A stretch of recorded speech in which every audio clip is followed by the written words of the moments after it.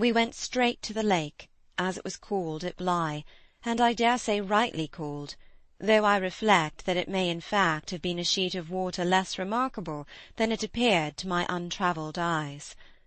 My acquaintance with sheets of water was small, and the pool of Bly, at all events on the few occasions of my consenting, under the protection of my pupils, to affront its surface in the old flat-bottomed boat moored there for our use, had impressed me both with its extent and its agitation.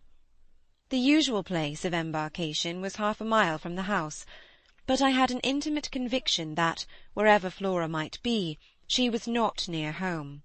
She had not given me the slip for any small adventure, and since the day of the very great one that I had shared with her by the pond, I had been aware, in our walks, of the quarter to which she most inclined. This was why I had now given to Mrs. Grose's steps so marked a direction that made her, when she perceived it, oppose a resistance that showed me she was freshly mystified. "You're going to the water, miss? You think she's in?"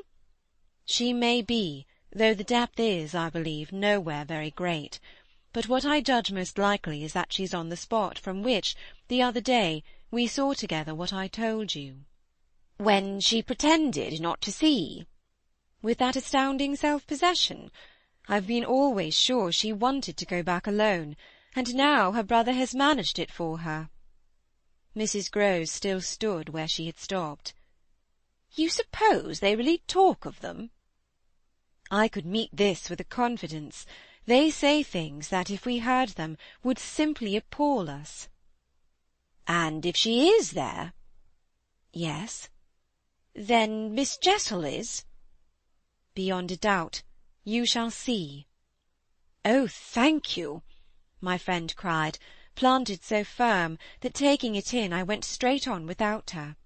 By the time I reached the pool, however, she was close behind me, and I knew that, whatever to her apprehension might befall me, the exposure of my society struck her as her least danger. She exhaled a moan of relief as we at last came in sight of the greater part of the water, without a sight of the child. There was no trace of Flora on that nearer side of the bank where my observation of her had been most startling, and none on the opposite edge, where, save for a margin of some 20 yards, a thick copse came down to the water. The pond, oblong in shape, had a width so scant compared to its length that, with its ends out of view, it might have been taken for a scant river.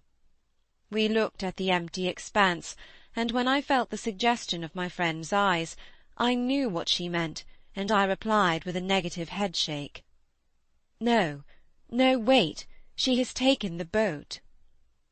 My companion stared at the vacant mooring-place, and then again across the lake. "Then where is it?" "Our not seeing it is the strongest of proofs. She has used it to go over, and then has managed to hide it." "All alone? That child?" "She's not alone, and at such times she's not a child. She's an old, old woman." I scanned all the visible shore, while Mrs. Grose took again into the queer element I offered her one of her plunges of submission. Then I pointed out that the boat might perfectly be in a small refuge formed by one of the recesses of the pool, an indentation masked for the hither side by a projection of the bank, and by a clump of trees growing close to the water. "But if the boat's there, where on earth's she?" my colleague anxiously asked. "That's exactly what we must learn," and I started to walk further. "By going all the way round?" "Certainly, far as it is. It'll take us but 10 minutes, but it's far enough to have made the child prefer not to walk. She went straight over." "Laws!" cried my friend again. The chain of my logic was ever too much for her. It dragged her at my heels even now, and when we had got half-way round, a devious, tiresome process, on ground much broken and by a path choked with overgrowth, I paused to give her breath.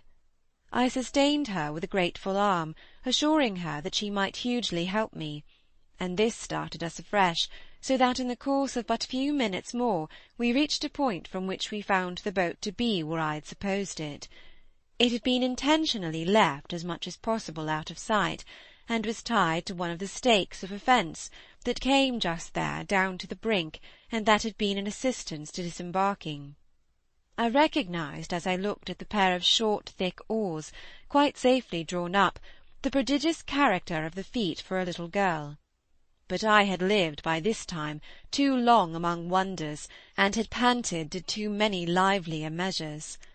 There was a gate in the fence through which we passed, and that brought us, after a trifling interval, more into the open.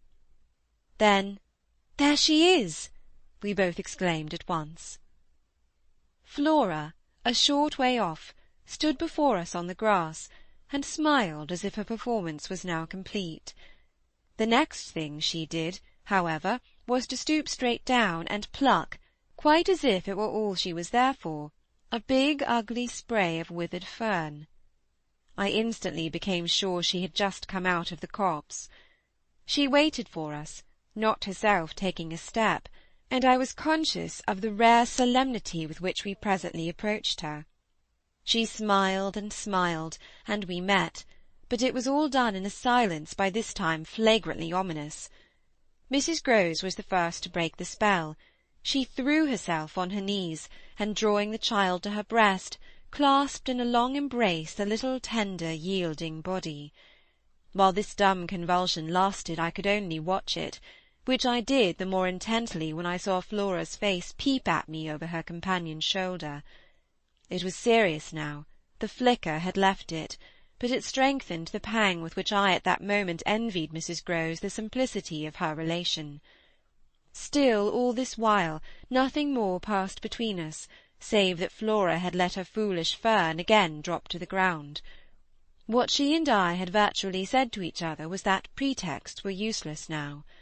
When Mrs. Grose finally got up, she kept the child's hand, so that the two were still before me, and the singular reticence of our communion was even more marked in the frank look she launched me.